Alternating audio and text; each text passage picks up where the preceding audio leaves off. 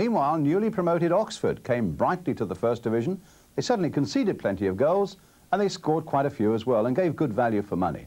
Now they're at home to Luton Town. Aldridge. Volleyed away by Foster and headed on by Nwajobi. Luton have lost their last 3 away games, but they've been piecing together results on home territory, and Harford's in at the near post and couldn't thread it past Hardwick. So far, Oxford haven't come to grips with this man, Mick Harford, twice in the opening minute and a half, finding himself in positions of potential danger to the Oxford goal. But sweeping his shot at the near post then, he found Hardwick in the way. The tall figure of Mitchell Thomas has made his way up towards the near post. Priest with the corner. Nwajobi got his head to it. Here is Thomas, out by Slatter, as far as Ricky Hill. A very positive start from Luton Town.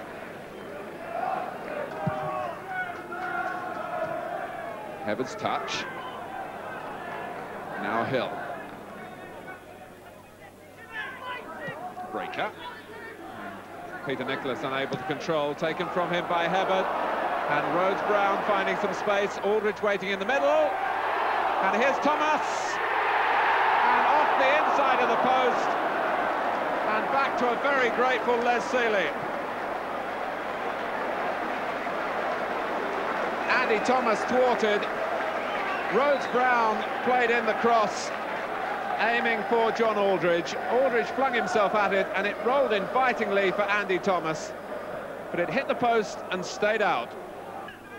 Steen hesitated, and Slatter came through unattended. Steen now, and again, just a little flat-footed. And Thomas is onside. Luton caught square. And Thomas is denied again. He can't believe it. He threw a clever dummy to the goalkeeper, but the angle was too tight for him. And Oxford cannot believe that they're not yet in the lead. Nicholas. But Luton was certainly caught in a line at the back as they tried to play offside, as they did then more successfully. And Andy Thomas was on his way.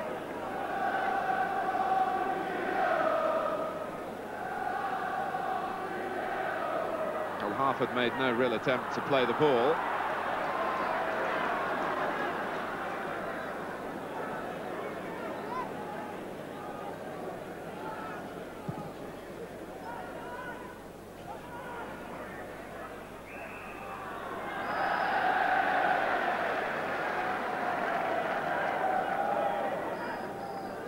Halfway through the first half, and both sides showing plenty of willingness to attack.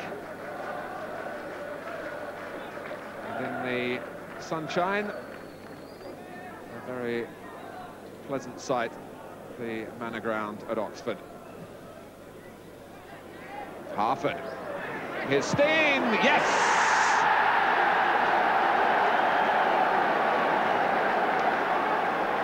Well, they've ridden their luck at the other end, but the initial threat of Harford in the air, a problem for Oxford, and as the ball dropped, Steen wasted no time. Here's Phillips, no foul. There's Phillips in the centre of Oxford's midfield with John Trueck injured. And referee Ray Lewis has gone across on the request of the linesman. Well, the message angle over there involving Mitchell Thomas. And the referee wanted to let play go on because Les Phillips was bursting through. But the linesman was concerned that Ray Lewis should know exactly what had happened. And John Aldridge spoken to as well.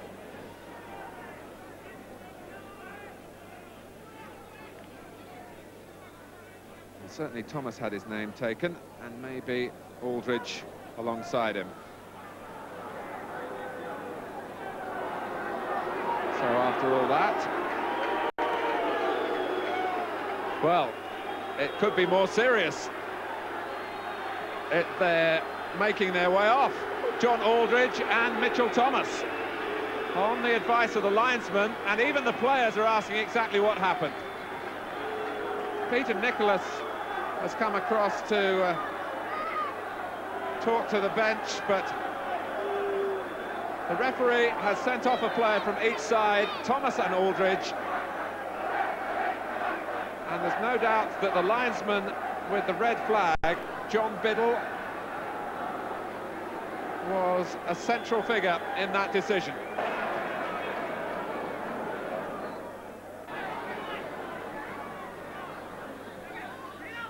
Langan. Houghton has got the better of Nicholas. Thomas in the middle, here's Thomas! So often you say that a touch would be enough, but on that occasion for Andy Thomas it wasn't enough. The goal was gaping. Houghton was away. And Seeley had committed himself off his line. Thomas got in front of him, but lifted it over the top. Phillips. Robbed by Hill. Problems for Oxford United now. 4 forward for Luton. Steen is one, and Hardwick knew nothing about it. It struck his shoulder before he had a chance to raise an arm.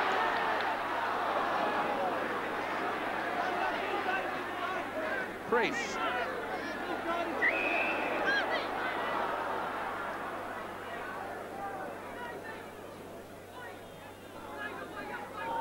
Well, Brian Steen finding the venom in the shot that took Hardwick totally by surprise. Phillips. Hebberd and Briggs and Nicholas with the goalkeeper committed behind him. The clearance only fell as far as Houghton. And Briggs. And Rhodes-Brown, I don't think, went in with the conviction that the ball would actually drop over the defender for him to make contact with his head. There was a tremendous knockback by Gary Briggs. Rhodes-Brown, though, couldn't finish it off, and that's been the story for Oxford United.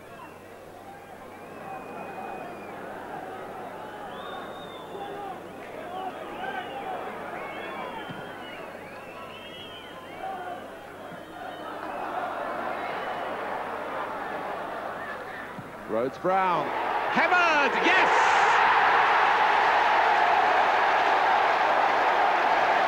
They have found a way through.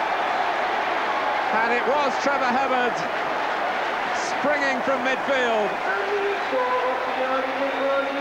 with 2 minutes remaining. They've taken their time trying to solve the dilemma of compensating for the absence of John Aldridge. But Peter Rhodes-Brown floated it in, and Hebberd timed his run perfectly and timed his header superbly.